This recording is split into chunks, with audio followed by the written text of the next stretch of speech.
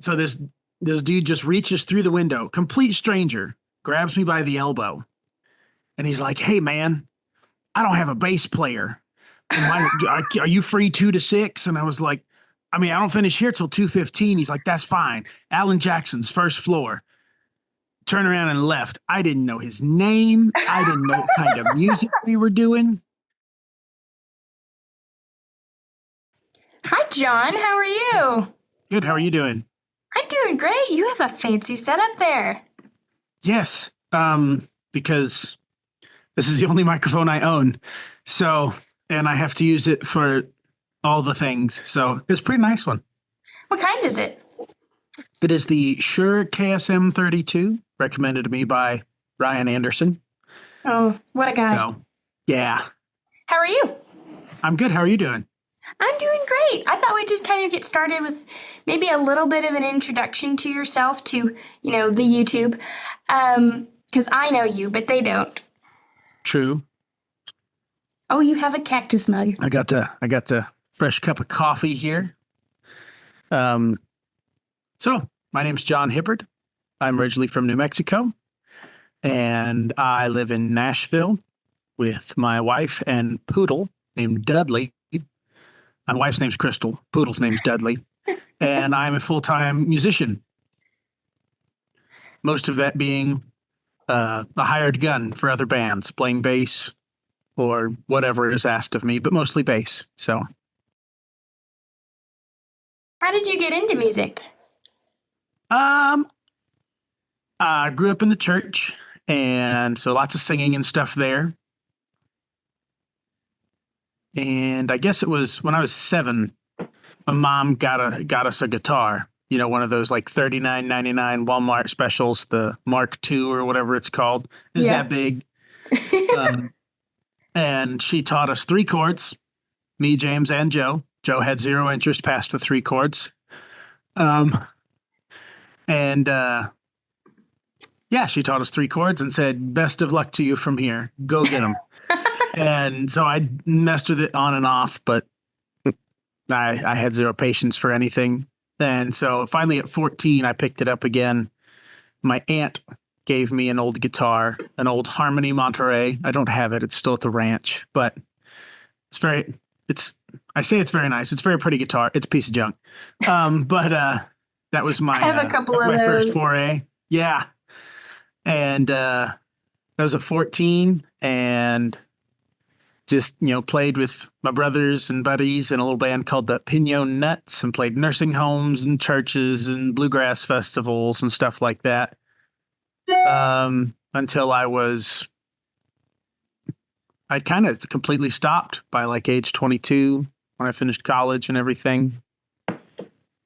And then got back into it at age 25 and I went back to school at SPC and finished my first guitar barrier, and they handed me the second one, and I flipped through it and said, "Nah." And did some quick maths. We had 40 guitar majors and 2 bass majors in the whole school. So it was a pretty easy, pretty profitable switch over. It was much less work. And Oh, for sure. I did the same thing. Yeah. I went full bass, and my basses now outnumber my guitars, which I never thought would happen. But I have more basses than I have guitars now. So That's wild. How many are there? So many. If this An screen was embarrassing more number. portable, I would show you the row of them right here. There's just piles of them. There's a little U-bass here, electric upright, the traditional upright, 4 electric basses, right? Is there 5? I think there's 5 electric basses. I don't know. There's too many. Oh my gosh. So yeah, it's like 8 basses I have now, which is rookie numbers compared to a lot of the guys here, but That's fair. That's fair. well, it's still too much. So at what point did you realize you wanted to be the sideman and not, the front man? I'll tell you this, I still dabble as a front every now and then. And that is usually when I remember I like to be a sideman. But But because It's a lot of work. it is, it's so much work. I guess it was when me and my brothers had our little band, the Pinon Nuts, and I was in charge of getting all the gigs, getting everybody there, making sure all the gear is there, making sure all the gear worked. And like everybody helped some, but really, if anything went wrong, all the responsibility fell to me. Because I was the oldest, and I was the dude standing in the front, and I was too much. It was more fun. Like, it was fine, and I still do it from time to time and enjoy it. But typically, I like to stand in the back and sing high harmonies and play bass and let them handle the stress. My job is just to make the guy up front sound as good as possible. That's a good job. I like that job. It is a support role. It is the service industry is all it is. He's serving the crowd. I'm serving whoever's up front. So that's a really good way to look at it. Yeah.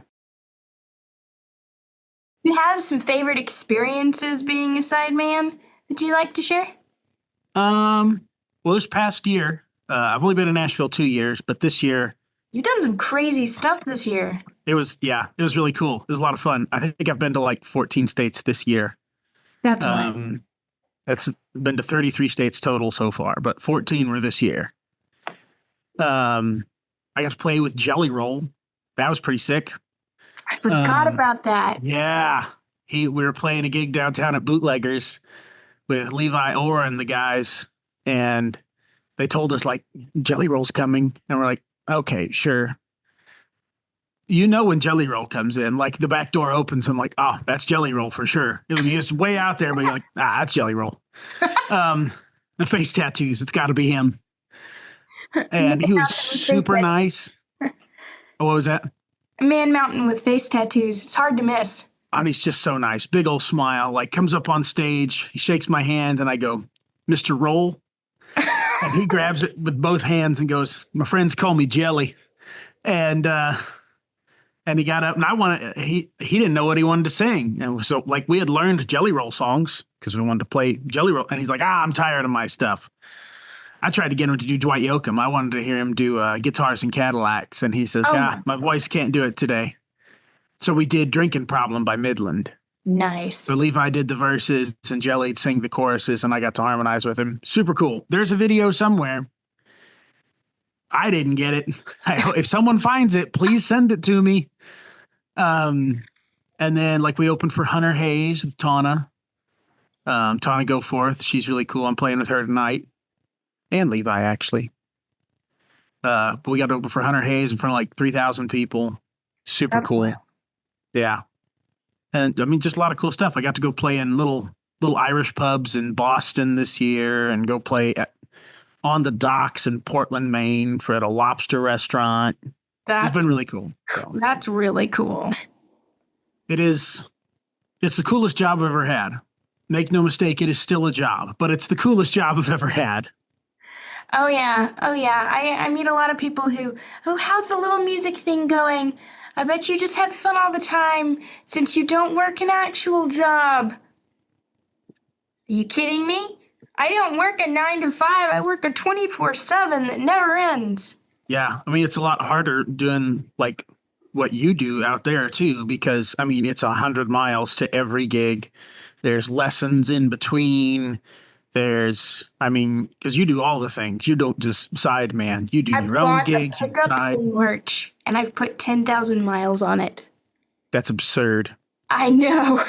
You should have bought a Prius for the mileage is what you should have done. You've made a tactical error. Oh, that's true, yeah. Oh, you can fit an upright bass in a Prius. I've seen it done.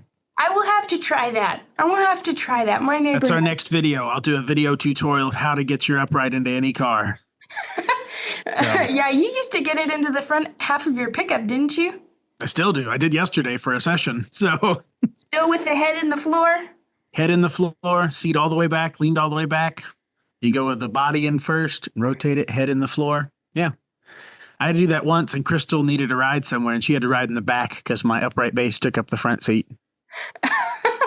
But that was really funny. She didn't think so, but I sure did. So, I know that you sometimes play multiple gigs per day. I don't know if YouTube knows. Um, what kind of steps did you take to get from being a new guy in Nashville, being a transplant, to having a gig every single day, sometimes multiple times a day? Yeah. So it is usually weekends, especially. It's more than one a day. I usually have two. I do doubles. Friday, Saturday. I've got a triple this Saturday. I am excited about that, but I'm gonna hurt before it's done. It's a long time to wear a bass. 12 hours straight. Yeah. So I mean, it's funny because I can draw you a straight line from the first gig I got to every other gig since. When I first got to town, I got here August 2nd of 2022, and I said, I'm going to give myself 30 days to try to get some kind of gig. And I just lived real cheap, rented a little basement bedroom from a guy, and I'd go downtown 4 or 5 days a week. I would meet as many bands as possible, shake hands, like, hey, can I sit in for a couple songs? And eventually, by the end of the month, I had met a guy named Lefty Ferguson who let me sit in on a few, and he's like, I'll use you for my travel dates. I'm like, okay, that's fine. I don't have anything regular, but and his poor bass player, Mr. Darius, passed away unexpectedly. And so Lefty called me and he said, you got 5 days. Here's a 200 song set list. I'll see you Friday. And so I sat right here in this chair and just woodshedded, 10 hours a day for the next 5 days, just trying to get through them. I didn't even learn them. I just played through all of them once or twice to try to get ready. That's insane. Just the song, the encyclopedia of songs you have to know here is absurdly large. And that was probably my biggest shock. But then after playing with Lefty for about a year, after about 6 months with Lefty, I was playing a gig on a Saturday, 10 to 2. So the opening shift. And some dude. Yeah, I was going to ask PM or AM. Yeah, Lefty always had the opening shifts, which were great. And I learned so much from Lefty, including opening shifts are wonderful. So this dude just reaches through the window, complete stranger, grabs me by the elbow. And he's like, hey, man, I don't have a bass player. Are you free 2 to 6? And I was like, I don't finish here till 2:15. He's like, that's fine. Alan Jackson's first floor. Turned around and left. I didn't know his name. I didn't know what kind of music we were doing. Just this long-haired hillbilly man came up and grabbed me. And so we finished, and I told Lefty, like, I gotta go. And I unplugged all my stuff and just ran across the street, like bass in one hand, cable in the other. I'm a bass player. You don't need pedals and stuff like that. And I get over there and get plugged in. And he's like, well, I'm Justin. And we took off, and I've played with Justin for about a year and a half now. Oh my gosh, what an introduction. And then I met his guitar player, Tony, and Tony hooked me up with Levi Orr, his band. So I play with Levi. I'm Levi's #1 bass player now, play with him all the time. And I met his drummer, Jared, who books me my solo shows at Big Machine and got me hooked up with Tana and a bunch of other stuff. Like it was all a straight line, Lefty to Justin, and then it just branches off in every direction from there. So, yeah. Yeah, that's really cool. That's awesome. The most Nashville thing that could happen. He said he ran up and down the street looking in windows, and he said he heard us doing Waylon Jennings songs and heard my harmonies, and he's like, I gotta get this guy. So literally window shopping bass players. Yeah, it was like his second ever full band gig too. So he wasn't. Oh goodness. Yeah, it was a new experience for all of us. I'd been here 6 months. It was his second full band show, and it's like we were all just scrambling. But yeah. Oh yeah, being the new person thrown into a new environment is always weird. And I'm in a band right now where it's just a revolving door of guitar players.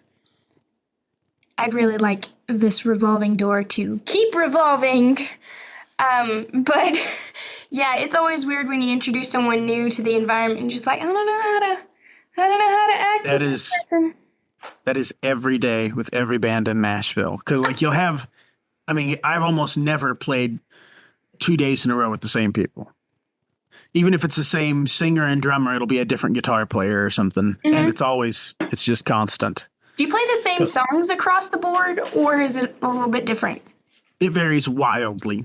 It depends on the band. So, and when I'll send you a link so you could put it in the show notes or whatever it is they do. I don't know. Yeah, I'll have shameless self-promotion at the end for you. Okay, well, I'm going to send you somebody else's playlist. Oh. They've made a list of the Broadway standards. There are no real standards. I mean, everybody has to know Chattahoochee, Folsom Prison, and stuff like that. Never went down to Georgia. But, blah, blah, blah. Yep, all those things. But I'll send you the link to that because it's like a 26-hour playlist. You don't have to learn all those, but it's just everything that you might be playing someday down here. Yeah. So take a look at it. Yeah.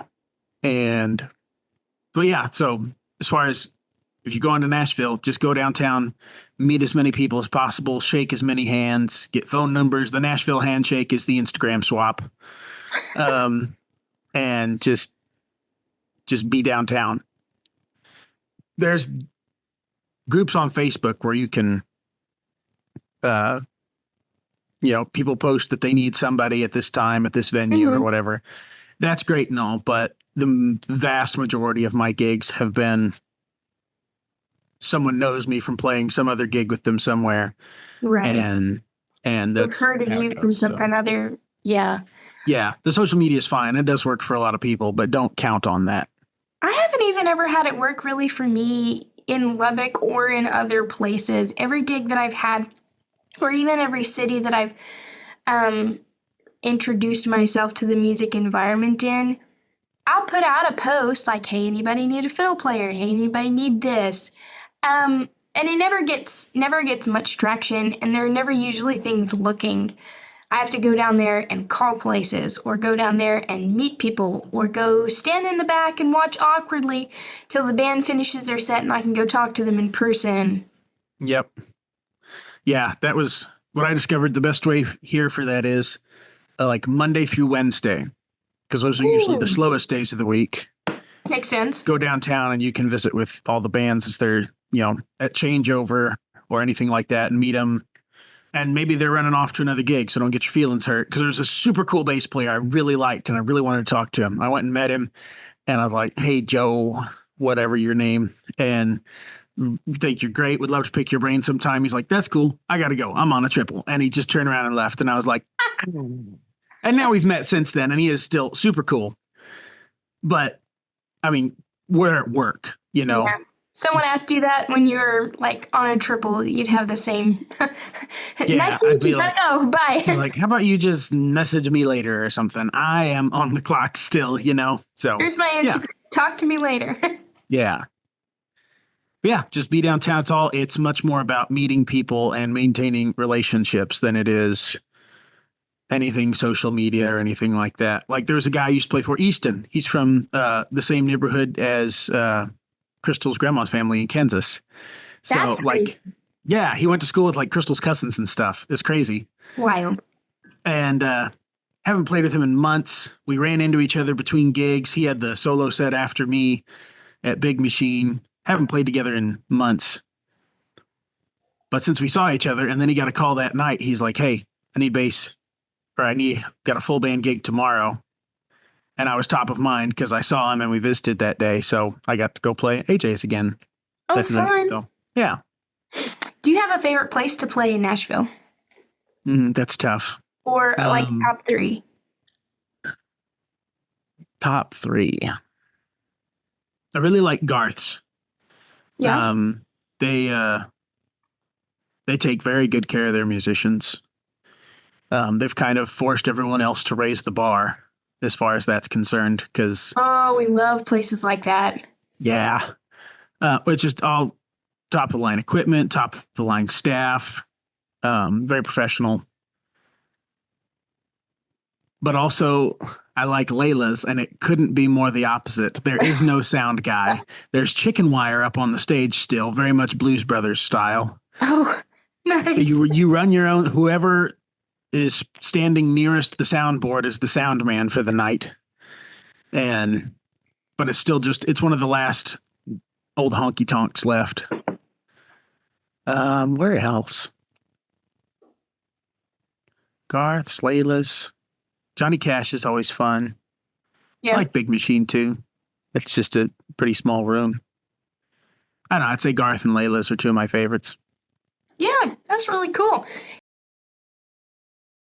Do you have any other advice for people who are wanting to be sidemen? Particularly being a good sideman. What makes a great supporting actor? I have to think on that a minute. No worries. I think doing your homework is incredibly important because we get so many people who are new to town and they were a big fish in a small pond, and they get here and they think they can just jump right in with both feet, and that's great. Love the confidence, but you definitely should. We've had guitar players on gigs before that were never ever called again because they didn't actually know anything. I mean, they knew a lot of stuff, but they didn't do the homework on the set list we sent them or anything. Right. Do you care more about knowing the progression really well or getting the signature licks from a guitarist perspective? From a guitarist perspective, man, that's tough. I like It's not really about the signature licks. It's just some songs, like, you cannot mess with the signature lick. It's got to be the same every time, Yeah. Like even on country, on rock, whatever. You don't mess with Wanted Dead or Alive. You don't mess with, the intro to Chicken Fried. That's always got to be the same. Right. Stuff like that, Not to put those two songs on the same pedestal at all, but just, don't, please don't do that to me. But I don't know. It's just being able to follow the changes and just kind of match the rest of the band as far as a guitar player goes. Like my buddy Tony. Tony's one of my best friends. He's a great guitar player. He does everything just more rock than, like, not a lot of clean telly tones. Everything's a little crunchy, a little distorted. Yeah. But for Tony's style and for the bands we play with, it works super well. So he's just matching the vibe of the band. Right. So, and he still will do, the signature intro to Chattahoochee, but he takes his liberties with the rest of it. He just does a good job and does it confidently. So, and I guess that's really what's important. And not every guitar player is a good fit for every gig. Like, maybe Tony is great at what he does, but he's probably not getting a gig at Robert's Western World anytime soon, where they do exclusively Western swing and nothing from after 1980. Yeah. That's not the spot for Tony. He knows that. Doesn't hurt his feelings. I know I'm not that guy either. I'm not. What am I going to do in there? I'm just going to clap along. Like, yep, I like it. That's my contribution. 3 hours. Yeah. So, yeah, I guess just knowing if a gig's for you or not. I tried for a long time to be everything on every gig, and I'm not that guy. I'm not going to do that. There's guys who are. Logan Hatcher, he's that guy. He can play anything. But I'm not that guy. Like, it was a bunch of R&B, and I'm a Merle Haggard man, and I had to learn Usher and stuff for one set list, and I was like, I can, but I'm just not the guy you want for that. So. Right. Do you find that was easier when you moved to Nashville to find gigs that are more in your wheelhouse than in Texas, or was just everything in Texas in your wheelhouse? I will say first, not everything in Texas was in my wheelhouse. But there was work was limited there, right? I mean, right. You know how it is. You just take whatever gig you can get. Yeah. So that's really what it was in Texas. In Nashville, there's just so many more options, and it'll take you a while to work into, the scene you want to be in. Like, I am, if there's someone on one of the Facebook groups looking for a bluegrass band or a upright bass player, my Big name yes. is the most tagged name in there Yeah. because a reputation was developed. If Yeah. you're looking for a bass player to play Usher, I'm not that guy, and I'm not tagged in those posts, and I'm okay with that. So there's just so much more work in Nashville. You can eventually work yourself into the niche you want to be in. Mm-hmm. I got a friend, Paul. He's an incredible guitar player. He knows zero things about rock music. Like someone request, I mean, even like like classic rock, just fun stuff. Not a clue. He has no concept whatsoever. Right. But I mean, any obscure jazz or country or Western swing tune, he's got it. So he's been able to find work doing a lot of that stuff. And if you ask him to do anything rock at all, he doesn't have a clue, and he just doesn't do it. And in Nashville, there's enough work you can avoid those gigs and get the gigs you want. Oh, I like that. So there's just more options, you know?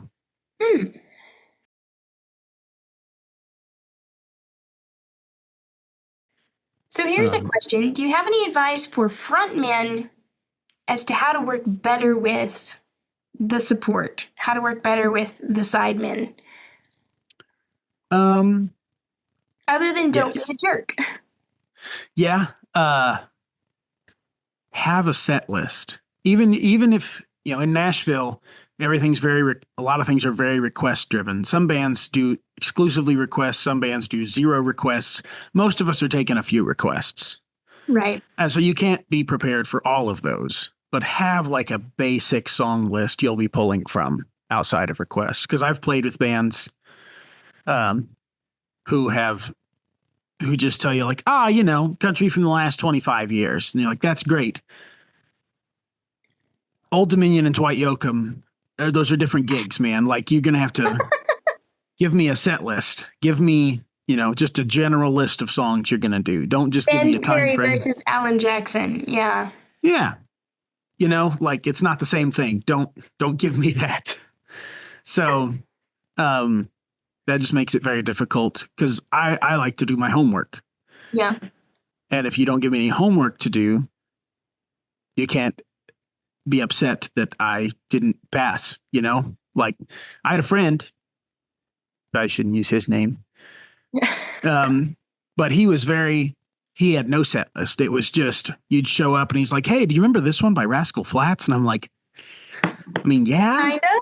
And he's like, the harmonies would be great on this. Let's do it. And I'm like, we don't know this. But he was cool about it. At least he knew, like he wasn't a jerk about it. He would call things nobody knew and he wouldn't be mad if it didn't go well. At least he has that, you know. I had some people call songs. I'm like, I've never even heard of this band, much less this song. And they would be mad at me for messing it up. And I'm like, I said, no, I said, I don't know how.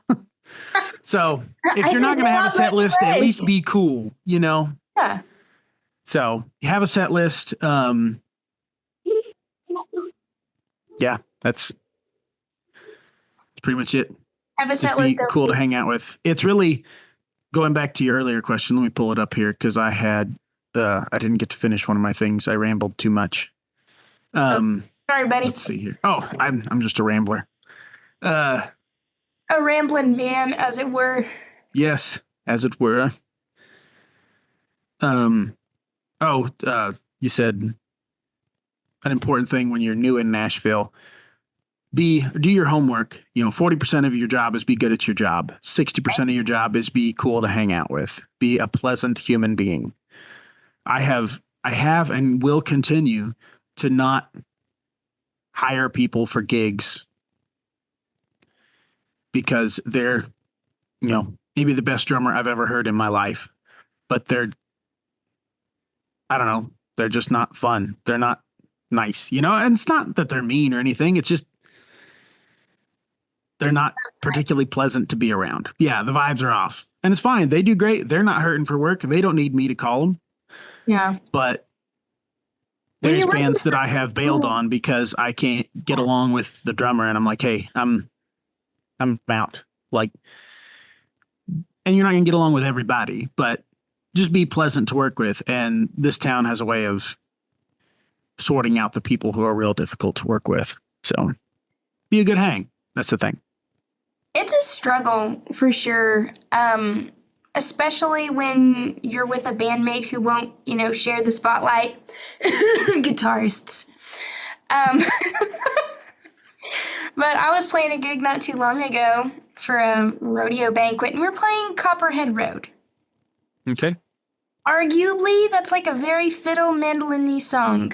It's like lead guy has a mandolin, I have a fiddle, other guy has a guitar. And that song is also pretty modal. It's not really major or minor. It's pretty in between. And he's playing all of these major licks that are just not fitting over me, who's clearly playing a solo. And I'm like, went over to him and I'm fiddling and I'm staring up at him like, are you kidding, dude?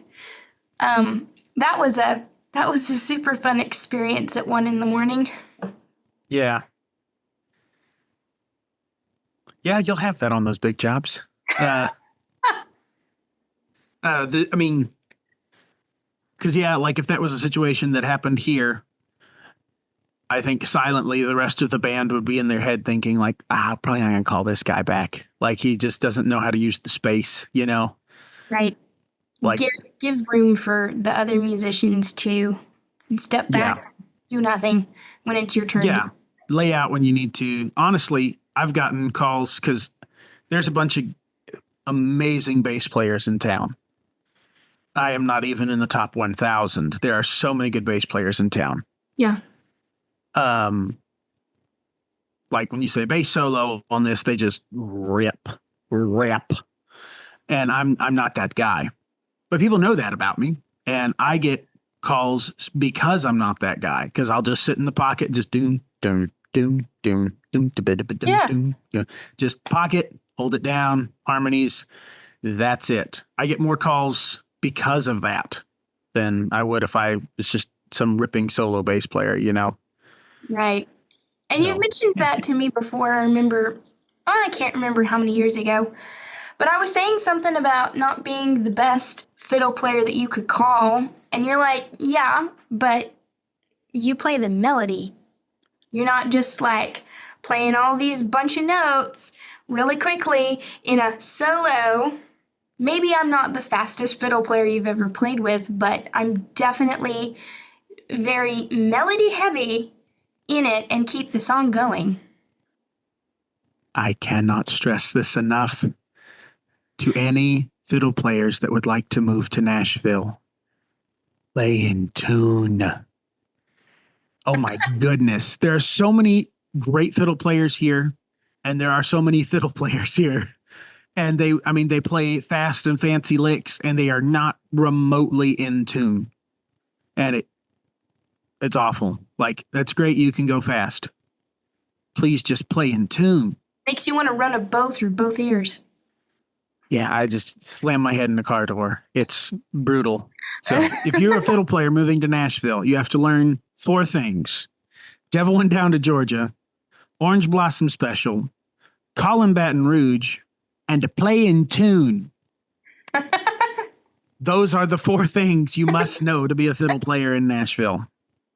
I will keep that in mind. I played 3 out of the 4 of those things.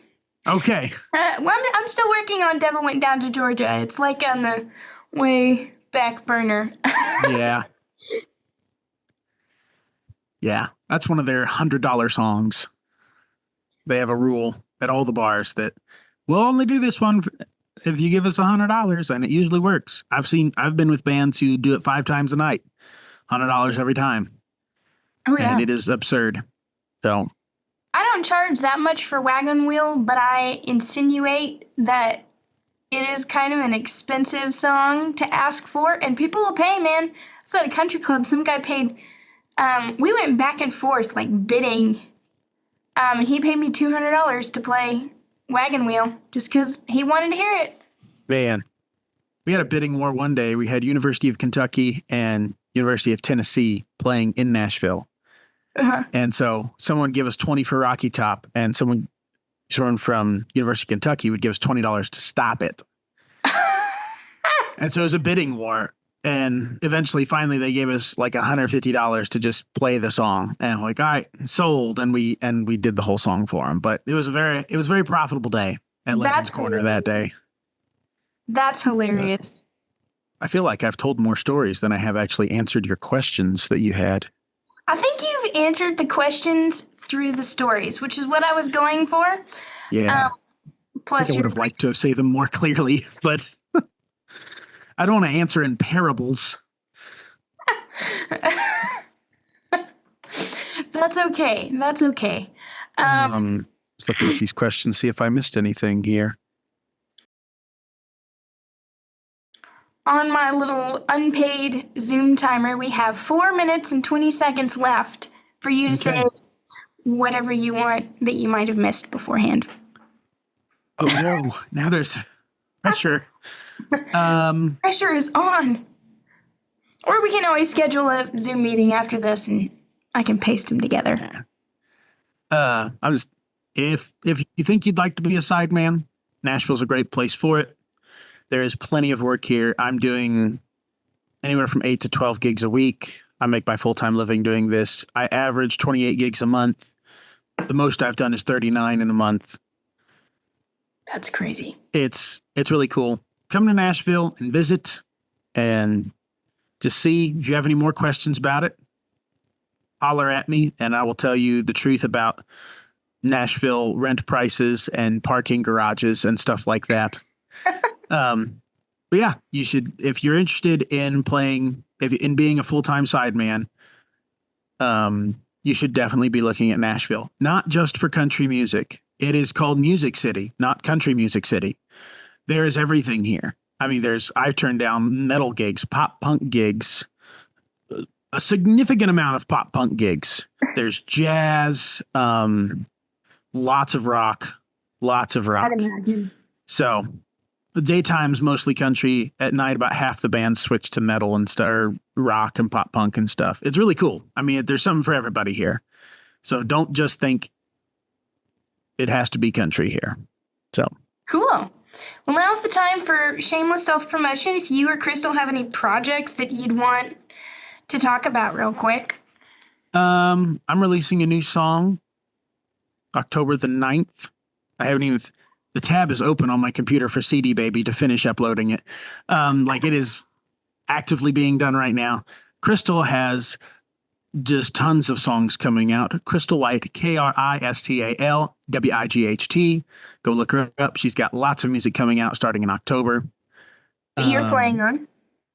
I'm playing on a bunch of them, yeah. If you're going to come to Nashville, hit me up on the Instagrams at John the Naptist, like Baptist, but with an N, Naptist, like you're sleeping. And I post my schedule every week where I'll be playing. Come see me, coming out, come say hi. And that's all. Yeah. Well, thanks so much, John. I really enjoyed talking to you both as a buddy. And any gig that we've had, I've usually always had a good time on, especially this last show that we played in. That was fun. Red River. That was a blast. Yeah. But thanks so much for sharing your stories. It was super fun. I can't wait to have you back. You bet. All right. We'll talk to you later. Okay. Bye, John. Thank you. All right. Bye.